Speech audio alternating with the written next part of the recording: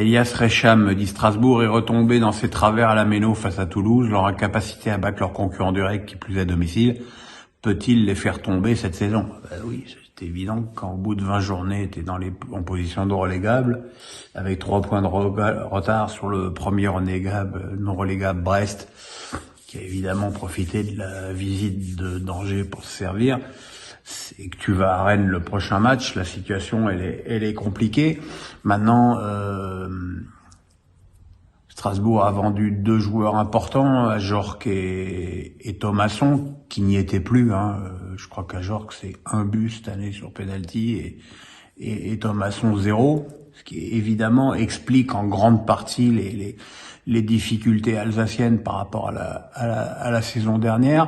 Ils ont pris 3 joueurs, Gibert qui fait son éternel retour, Sobol et Thomasson, sauf que les 3 joueurs ont très peu joué. C'était peut-être une erreur de Mathieu Le Scordet d'aligner les 3 au départ, parce qu'on a vu que les 3 manquaient de compétition, donc ça va, on peut espérer que d'ici 15 jours, 3 semaines, ces 3 joueurs seront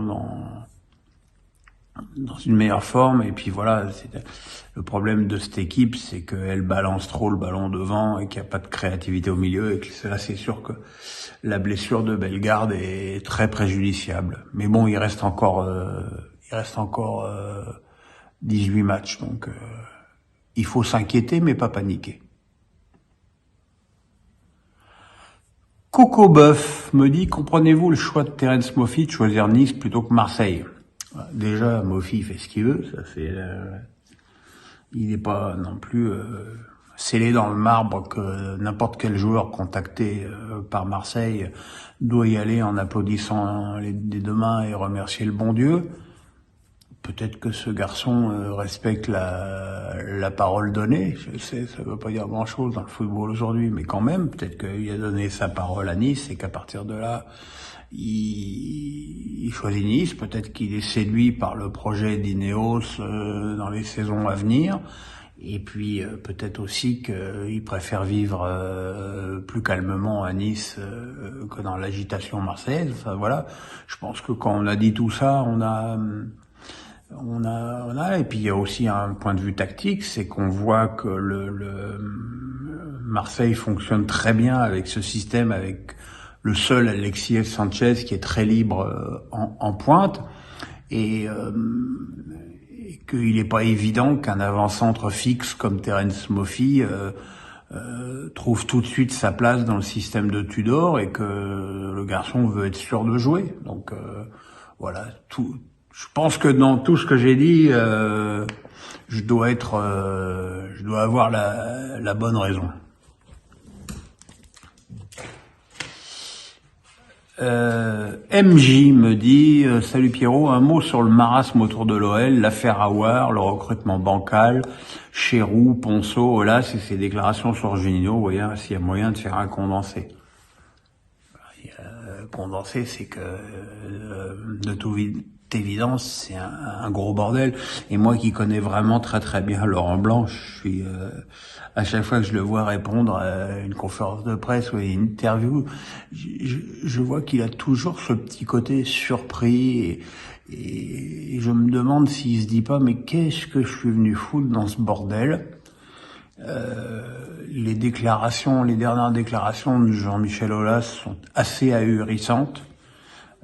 Chargé à ce point Juninho, alors ça on peut pas lui reprocher de faire du clientélisme auprès de ses supporters, ça, parce que c'est évident que les supporters lyonnais ne voient que par Juninho. Je pense d'ailleurs qu'ils voient plus le joueur que le dirigeant qu'il a été, même si c'est vrai qu'il a ramené Paqueta et Guimaraes qui ont rapporté beaucoup d'argent au club. Mais c'est sûr que voilà, quant à Ponceau, je le connais pas et je vois pas non plus en vertu de quoi cet homme aurait quelques compétences en matière de football. Bruno Chérou,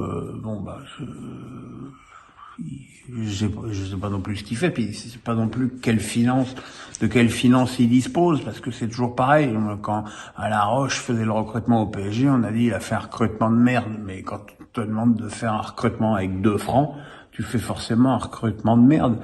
Voilà, le recrutement qui s'annonce à tous les contours d'un panic buy, c'est très inquiétant.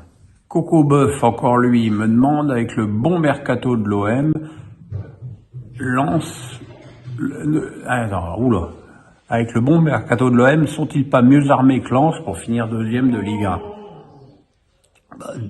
De toute façon, d'une manière générale, j'estime que Marseille est mieux armé que Lens pour finir de deuxième de Ligue 1. Moi, je trouve surtout que j'ai beaucoup aimé ce match contre Monaco parce que, très franchement, avec un Ben Yedder à peu près en forme, Monaco aurait eu 2 ou 3 buts d'avance. Mais ce que j'ai aimé, c'est la manière dont Tudor a corrigé son équipe, ce que Galtier ne sait pas faire, par contre. Voilà, tranché. Voilà. Guendouzi, international français, était à la Coupe du Monde. Il fait une très mauvaise première mi-temps. Il dégage à la mi-temps. Hop, Tavares change de côté à Paris. On bouffe le calice jusqu'à Lali et faut surtout pas toucher à Mbappé et à Messi, même s'ils sont inexistants. Tudor, lui, alors évidemment, Tudor, on lui dira aussi, oui, mais lui, il a pas Neymar, Mbappé et Messi. Et que c'est plus facile, certainement, de coacher les joueurs qu'il a à Marseille que les superstars parisiennes. Mais je trouve que l'adaptation tactique de Tudor en toutes circonstances est vraiment très intéressante. Maintenant, je pense aussi que Monaco a donné une clé pour les futures équipes qui vont jouer contre Marseille, c'est-à-dire qu'il faut étouffer les Marseillais pour les empêcher qu'ils vous étouffent eux-mêmes. Mais ça, c'est beaucoup plus facile à dire qu'à faire. Enzo Dirveil me demande un avis sur Enzo Lefebvre et du mercato lorientais. Enzo Lefebvre, très bon joueur. Ça fait un petit moment que je l'ai repéré.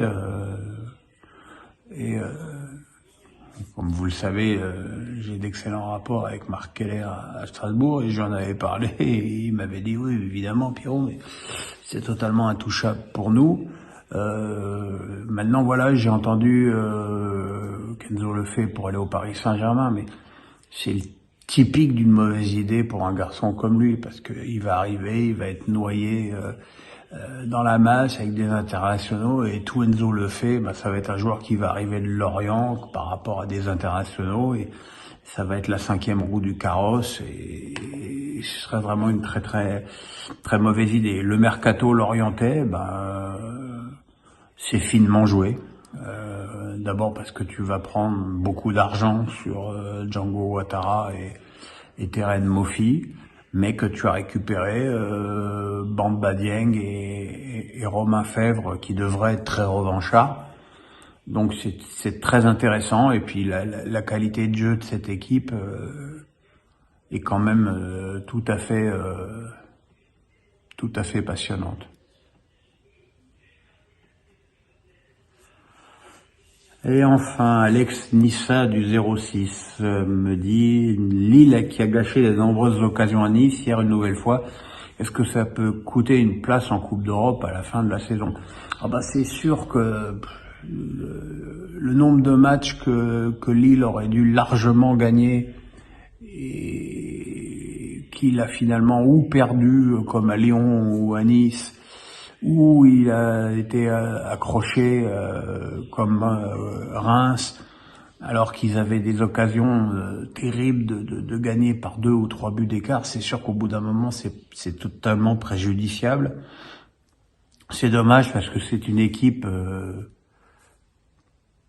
très passionnante à avoir joué, mais voilà, cette inefficacité qui là pour le coup devient chronique. Effectivement, sur le long terme, elle devrait être préjudiciable pour une qualification européenne, ou alors une 5 ou une 6e place peut-être.